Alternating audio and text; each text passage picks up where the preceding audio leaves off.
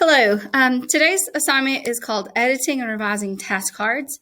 The basic process is you're going to watch the video on slide 1, carefully read the task cards on slides 2 through 6, and answer all of the questions, which is 1 through 20, using the provided circles. You definitely can and should use a dictionary and your digital grammar notebook for help if needed while answering the questions.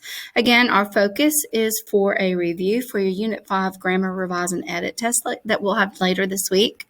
We will be looking at both revise and edit cards and focus on the skills to solve these.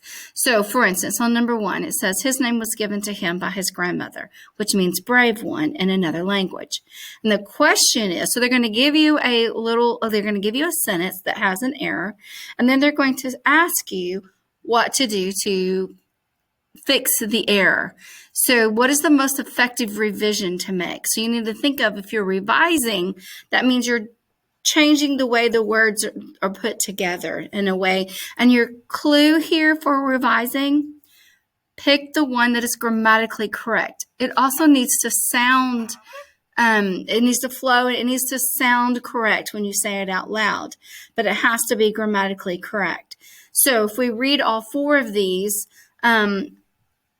and I definitely will tell you to read all 4 of these. Don't get to the first one and go, oh, that sounds great, and choose it. Because sometimes there's an answer that seems grammatically okay, but then there's a better answer. So always read all of your answers. So for A, it says his name, which means brave one, in another language, was given to him by his grandmother. And see, in my head, I'm thinking, well, that sounds pretty great. That could be the answer, but I'm going to go ahead and read the rest of them. Since his name was given to him by his grandmother, it means brave one in another language. And that's a little awkward, the way it's written.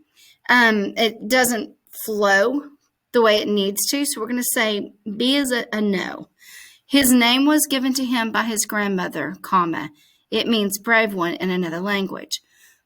Great wording, however, it's a run-on. You can't put two independent clauses together. So a comma cannot separate these 2 independent clauses. So C is a no.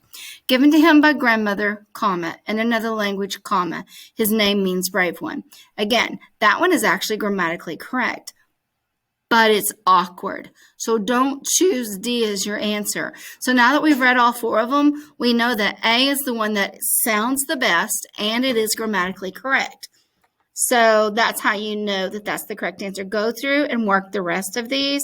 You will go to each slide, read them slow and careful. This is not something you want to get in a big hurry. Take your time and answer them all. And then you will read slide 8 and to do the next part of this assignment.